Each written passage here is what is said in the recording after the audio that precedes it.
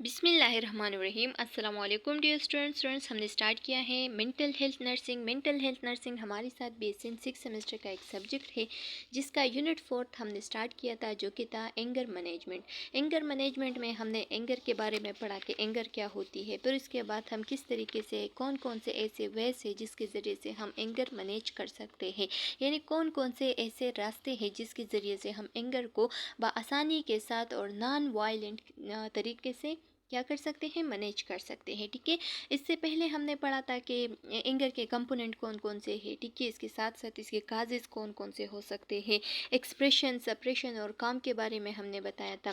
और आज का जो टॉपिक है वो स्टार्ट लेगा हमारे साथ अ 4 step approach for when you become angry. जब आप एंग्री होते हैं, जब आपको गुस्सा आ जाता है, तो आपने कुछ ऐसे स्टेप्स को फॉलो करने हैं जिसके ज़रिए से आपका जो एंगर है वो क्या हो सकता है, बआसानी से काम हो सकता है। तो आइए स्टार्ट लेते हैं। स्टार्ट लेने से पहले आप लोगों से एक छोटा सा रिक्वेस्ट है कि अगर आप हमारे चैनल लेक्चर्स बाय अनाया केम्यू पे नए हैं तो हमारे चैनल लेक्चर्स बाय अनाया केम्यू को सब्सक्राइब करें, प्रेस द बेल आइकन ताकि नेक्स्ट वीडियो का नोटिफिकेशन मिल सके। अगर वीडियो पसंद आ जाए तो वीडियो को लाइक करें, कमेंट करें और अपने दोस्तों के साथ भी शेयर करें।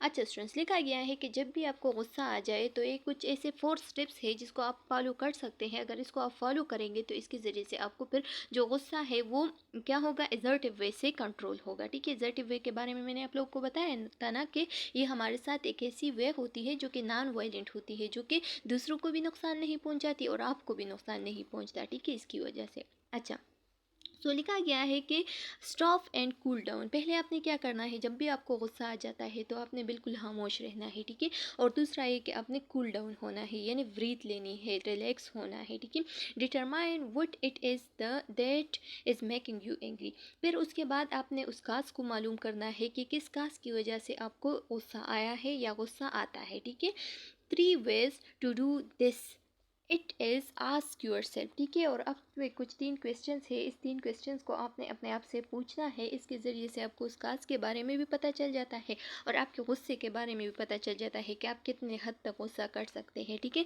सो लिखा गया है कि वाई एम आई एंग्री, मैं क्यों एंग्री हूँ। ठीक है, इसके बारे में पहले अपने आप से पूछना है। फिर आपने पूछना है कि वट डू आई वॉन्ट, मैं क्या चाहता हूँ। ठीक है, या मैं क्या चाहती हूँ।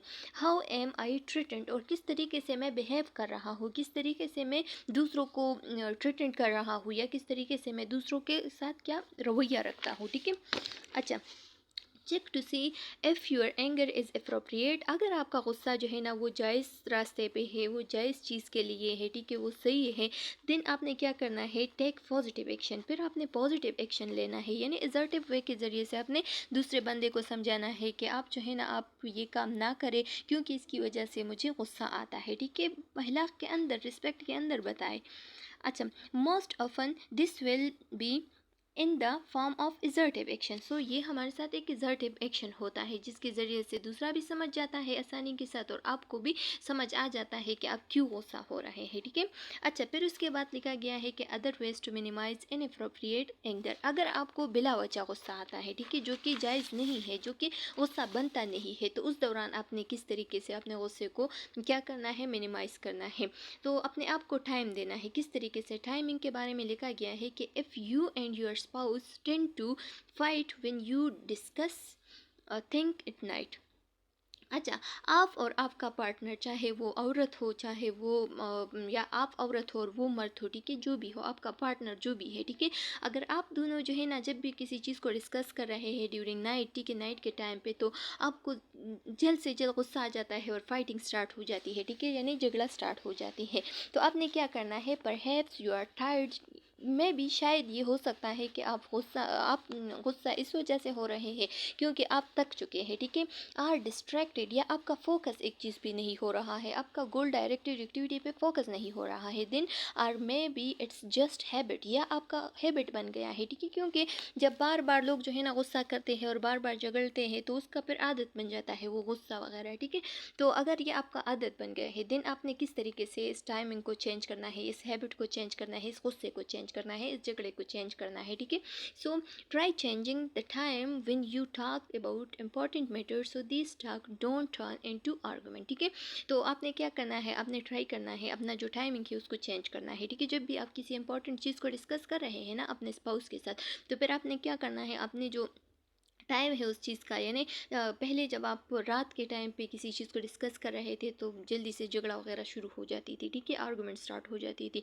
लेकिन अभी जब अगर आप सुबह फ्रेश माइंड के साथ किसी चीज़ को भी डिस्कस करेंगे, इंपॉर्टेंट मैटर को डिस्कस करेंगे, तो फिर आपका माइंड भी फ्रेश होगा, ठीक है, आप जो है ना आपका फोकस भी सही होगा, डिस्ट्रैक्टेड नहीं होंगे, आपकी थकावट भी दूर हो गई होंगी, ठीक है, और इसके साथ साथ आपका हैबिट जो है ना वो भी चेंज हो जाएगा। तो आपको फिर गुस्सा नहीं आएगा, ठीक है, जो आर्गूमेंट है वो स्टार्ट नहीं होगा। अच्छा, फिर इसके बाद लिखा गया है, दूसरा स्टेप है कि एवॉइडेंस। जिस चीज़ से आपको गुस्सा आ रहा है और वो बिला वजह आ रहा है, ठीक है, तो फिर आपने उस चीज़ को अवॉइड करना है। किस तरीके से लिखा गया है कि if your child's chaotic room, chaotic room जो है ना ये एक डेकोरेटिव रूम को कहते हैं। जैसे कि हम बच्चों के लिए एक फ्लैंग के लिए रूम बनाते हैं ना, यानी फ्ले एरिया बनाते हैं या फ्ले के लिए कुछ अच्छा खासा डेकोरेटिव रूम बनाता है, ठीक है, तो इसको हम चोएटिक रूम, बच्चों का जो चोएटिक रूम है वो कहते हैं, ठीक है। मेक यू फ्यूरियस, फ्यूरियस जो है ना ये गुस्से को कहते हैं। जब आपको आपके बच्चों का जो चोएटिक रूम है वो आपको गुस्सा दिला रहे हैं या गुस्सा कर रहे हैं, ठीक है, every time you walk bye it, जब भी आप उसके सामने गुजरते हैं, जब भी आप बच्चों के दरवाजे के सामने या जो बच्चों के जो क्या है कमरा है उसके सामने गुजरते हैं, तो आपको गुस्सा आता है। क्यों? क्योंकि वो अंदर से गंदा है या उसकी चीज़ें जो है ना वो इधर उधर पड़े हैं, तो इस वजह से आपको गुस्सा आ रहा है, ठीक है। शट द डोर, तो आपने क्या करना है, आपने उस दरवाजे को बंद करना है। जब आप दरवाजे को बंद करेंगे तो आपसे जो सामने वाला रूम है वो गायब हो जाएगा, ठीक है, आपको नज़र नहीं आएगा और इसी तरीके से आप अवॉइड कर सकते हैं, ठीक है, फिर आपको गुस्सा नहीं आएगा। अच्छा, फिर उसके बाद लिखा गया है कि शट द डोर, जब आप दरवाजे को बंद करेंगे, don't make yourself look at what infuriates you, ठीक है, आपने क्या करना है, आपने उसी चीज़ को फोकस नहीं देना है, ठीक है, आपने कंफ्यूज नहीं होना है, इन्फीरिएट नहीं होना है कि मुझे क्यों इस चीज़ की वजह से गुस्सा आ रहा है या क्यों मैं इस चीज़ को बार बार देख रहा हूँ, ठीक है, क्यों मेरा कंसंट्रेशन उसी की तरफ चल रहा है, ठीक है, तो इसी चीज़ को आपने क्या करना है, इसी चीज़ को आपने अवॉइड करना है। अच्छा, डोंट से आपने ये नहीं बताना है बच्चों को कि जाके दरवाज़ा जाके ये रूम को साफ़ करो, ठीक है, क्योंकि बच्चे तो बच्चे होते हैं, वो तो हर टाइम जो है ना हर चीज़ को ख़राब करते रहते हैं, हर हर चीज़ के साथ खेलते रहते हैं। तो इस वजह से आपने बच्चों पे गुस्सा नहीं होना है, बल्कि दैट्स नॉट द पॉइंट, ये पॉइंट नहीं है कि आप बच्चों पे गुस्सा हो जाए, ठीक है, बल्कि पॉइंट ये है कि आप अपने आप को काम कर ले, क्योंकि आप जो है ना आप बिला वजह नाजायज़ चीज़ों पे गुस्सा हो रहे हैं। तो ये जो है ना ये आपकी सेहत के लिए भी अच्छा नहीं है और दूसरों के लिए भी अच्छा नहीं है, इससे बहुत सारे रिलेशनशिप्स भी डिस्ट्रॉय हो सकते हैं, ठीक है। अच्छा, फिर उसके बाद जो अदर वे है वो है फाइंडिंग अल्टरनेटिव्स, आपने अपने लिए एक रास्ता, एक मुतबादिल जो है ना उसको फाइंड करना है। किस तरीके से, यानी इफ़ यूर डेली कम्यूट, अगर आप सफ़र कर रहे हैं, कम्यूट मतलब कि सफ़र कर रहे हैं, through traffic leaves you in a state of रेग एंड फ्रस्ट्रेशन, अगर आप सफ़र कर रहे हैं, ठीक है, और ये जो ट्रैफिक है, ये जो ट्रैफिक जैमिंग है, तो ये आपको बहुत ज़्यादा रेग की तरफ या फ्रस्ट्रेशन की तरफ ले के जा रहे हैं, ठीक है। रेग मतलब कि जो गुस्से का शिद्दत होती है, जो शदीद गुस्सा होती है, तो उसकी तरफ या मायूसी की तरफ आपको ले जा रहे हैं, ठीक है। तो फिर आपने क्या करना है, गैप योर से प्रोजेक्ट, तो आपने अपने आप को एक प्रोजेक्ट देना है। किस तरीके का प्रोजेक्ट, यानी आपने अपने आप से अपने आप को एक मिशन देना है कि मैंने ये मिशन कंप्लीट करना है, मैंने गूगल मैप पे सर्च करना है, मैंने अदर मैप्स देखने हैं कि क्या इस तरफ, जिस तरफ मैं जा रहा हूँ, जिस तरफ मेरा सफ़र है, ठीक है, उस तरफ दूसरा कोई रूट, दूसरा कोई रास्ता है कि नहीं। अगर दूसरा रास्ता है जो कि हमारे साथ क्या हो, सिनिक भी हो, सिनिक मतलब कि जो ज़्यादा खूबसूरत और कुदरती रास्ता हो, ठीक है, and congested and less congested हो, यानी वहाँ पे कोई भीड़ वगैरह ना हो, कोई दी कंजस्टेड वगैरह ना हो, यानी जो ट्रैफिक वगैरह है वहाँ पे ना हो, ठीक है। तो उसी के ज़रिए से जो है ना मैं फिर उसको इख्तियार करूँगा। अगर आप इसी तरीके को इख्तियार करेंगे तो आपका गुस्सा भी ख़त्म हो जाएगा और आप जो है ना सही तरीके पे जा रहे हैं पे, ठीक है, यानी आपका जो गुस्सा है वो मिनिमाइज़ होगा इस तरीके से। अच्छा, or find another alternatives like such as bus or commuter train, ठीक है, या फिर आपने क्या करना है, या दूसरा अल्टरनेटिव इसी तरीके से भी आप सेलेक्ट कर सकते हैं, जैसे कि कोई दूसरा बस सेलेक्ट करना अपने लिए, ठीक है, या कोई ट्रेन वगैरह पकड़ना, तो इसके ज़रिए से भी आप जो है ना जल्दी पहुंच सकते हैं और आपका गुस्सा सही हो सकता है। अच्छा, फिर उसके बाद लिखा गया है कि एंगर कंट्रोल असिस्टेंस, जो असिस्टेंस होते हैं तो वो एंगर को किस तरीके से कंट्रोल कर सकते हैं। सो लिखा गया है कि it is define as a nursing intervention aimed at facilitation to of the expression of anger in an appropriate and non violent matter, ठीक है। जब भी आप किसी को टीचिंग दे रहे हैं, नर्सिंग इंटरवेंशन कर रहे हैं, तो उसको इस तरीके से डिफाइन करना है कि एंगर को आपने किस तरीके से मैनेज करना है, यानी एक नॉन वायलेंट मैनर के साथ, और जो हमारे साथ जो एडाप्टिव वे है जैसे कि एजर्टिव वे हो गए, उसके ज़रिए से अपने अपने गुस्से को क्या करना है, जाहिर करना है। Importance of anger management. अब एंगर मैनेजमेंट की क्या इंपॉर्टेंस है, सो लिखा गया है कि the goal of anger management is to reduce both your emotional feeling and the psychological physiological arousal that anger caused, ठीक है। अब जो एंगर मैनेजमेंट का जो मेन गोल है वो यही है कि आपकी जो इमोशनल फीलिंग है, एक तो वो कंट्रोल हो जाएगा, वो मैनेज हो जाएगा, वो रिड्यूस हो जाएगी, ठीक है। और दूसरा ये कि जब आप अपने एंगर को मैनेज करते हैं तो इसकी वजह से आपकी जितनी भी फिजियोलॉजिकल अराउजल आ रहे हैं ना, तो वो भी क्या हो जाएगी, वो भी मैनेज हो जाएगी, वो भी कम हो जाएंगे, ठीक है। तो इसकी वजह से आपकी फिजियोलॉजी और इसके साथ साथ यानी जो हार्ट रेट ज़्यादा होना, इसके साथ साथ जो बीपी हाई होना, तो ये भी ठीक हो जाएगा। इसके साथ साथ आपकी जो इमोशन है वो भी सही हो जाएंगे, ठीक है, यानी बैलेंस में हो जाएंगे। अच्छा, you can't get rid or of or avoid the thing or the people that enrage you, ठीक है। आप जो है ना, आप उसी चीज़ को अवॉइड नहीं कर सकते जो कि आपको क्या कर रहे हैं, जो आपको एनरेज कर रहे हैं, ठीक है। नार कैन यू चेंज देम, ना तो आप उसको चेंज कर सकते हैं, लेकिन क्या करना है, you can learn to control your reaction, लेकिन आप अपने रिएक्शन पे कंट्रोल ला सकते हैं। तो आपने ये सीखना है कि किस तरीके से मैं अपने जो मेरा जो क्या है इमोशंस है, जो रिएक्शन है, उस पर मैं किस तरीके से कंट्रोल लाऊंगा, जिसके ज़रिए से मेरी जो एंगर मैनेजमेंट है वो सही तरीके से हो जाएंगे, ठीक है। अच्छा, अब रिकैप दिया है सारे यूनिट का। लिखा गया है कि नंबर 1 पॉइंट क्या है कि explore what's really behind your anger. पहले आपने देखना है कि मेरे एंगर के पीछे क्या रीज़न है, ठीक है, राज क्या है। Be aware of your anger, warning sign and trigger. आपने अवेयर होना है कि मेरे एंगर के जो मेन साइन एंड सिम्टम्स है वो कौन कौन से है, ठीक है, और कितने ट्राइगर हो सकती है मेरा गुस्सा। टेक अ टाइम आउट, अपने आप को टाइम देना है। वंस यू आर काम एक्सप्रेस योर एंगर, जब आप काम हो जाएंगे ना, जब आपको आपका गुस्सा जो है ना वो थोड़ा मैनेज हो जाए, तो फिर आपने क्या करना है, उस बंदे को एजर्टिव वे के ज़रिए से बताना है कि मैं इसी चीज़ से गुस्सा हो रहा हूँ, आइंदा जो है ना आपने इस काम को नहीं करना है।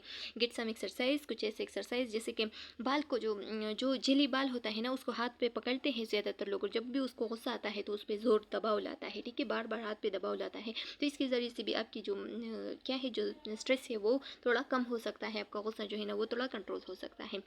थिंक बिफोर यू स्पीक, जब भी आप बोलते हैं तो पहले आपने सोचना है, ठीक है, बोलने से पहले सोचना बहुत ज़रूरी है। आइडेंटिफाई पॉसिबल सोल्यूशन, और फिर आपने पॉसिबल सोल्यूशन को आइडेंटिफाई करना है। पॉसिबल सोल्यूशन जो भी इजी हो, जो भी आपके लिए अच्छा हो, तो उसको क्या करना है, निकालना है। साइकेट्रिक नर्स रिस्पॉन्सिबिलिटी, अब हमारे साथ जो साइकेट्रिक नर्स होती है जो कि मेंटल वार्ड में होती है, ठीक है, उसकी रिस्पॉन्सिबिलिटी क्या है। तो लिखा गया है कि एस्टेब्लिश ट्रस्ट एंड रिपोर्ट, पहले आपने क्या करना है, पेशेंट के साथ ट्रस्ट बिल्ड करना है, ठीक है। फिर उसके बाद जो है ना उसकी जितनी भी उससे ओपनिंग क्वेश्चन करना है, उसके बाद जो है ना उसकी जो एंगर है उसकी राज को मालूम करना है, ठीक है।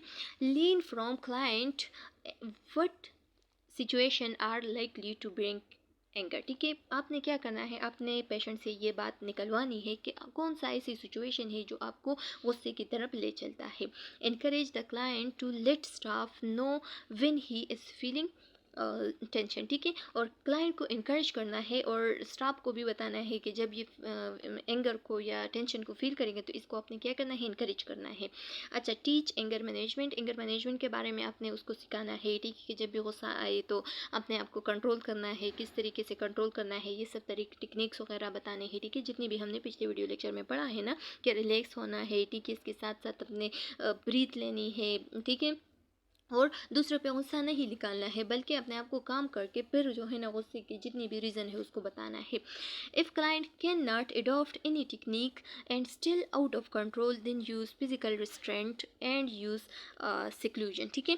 अगर हमारे साथ क्लाइंट जो है ना वो अडॉप्ट नहीं हो रहा है, ठीक है, किसी कोई भी टेक्निक, जितनी भी हमने टेक्निक पिछले वीडियो लेक्चर में पढ़े हैं ना, अगर ये सब हम अप्लाई करें और फिर भी जो क्लाइंट है वो कंट्रोल नहीं हो रहा है, ठीक है, तो फिर आपने क्या करना है, फिर आपने उसको रिस्ट्रेन करना है, यानी उसको बांधना है, ठीक है, बेड के साथ बांधना है, क्योंकि वो आउट ऑफ कंट्रोल हो रहा है, किसी को भी नुकसान पहुंचा सकता है, खुद को भी नुकसान पहुंचा सकता है, ठीक है।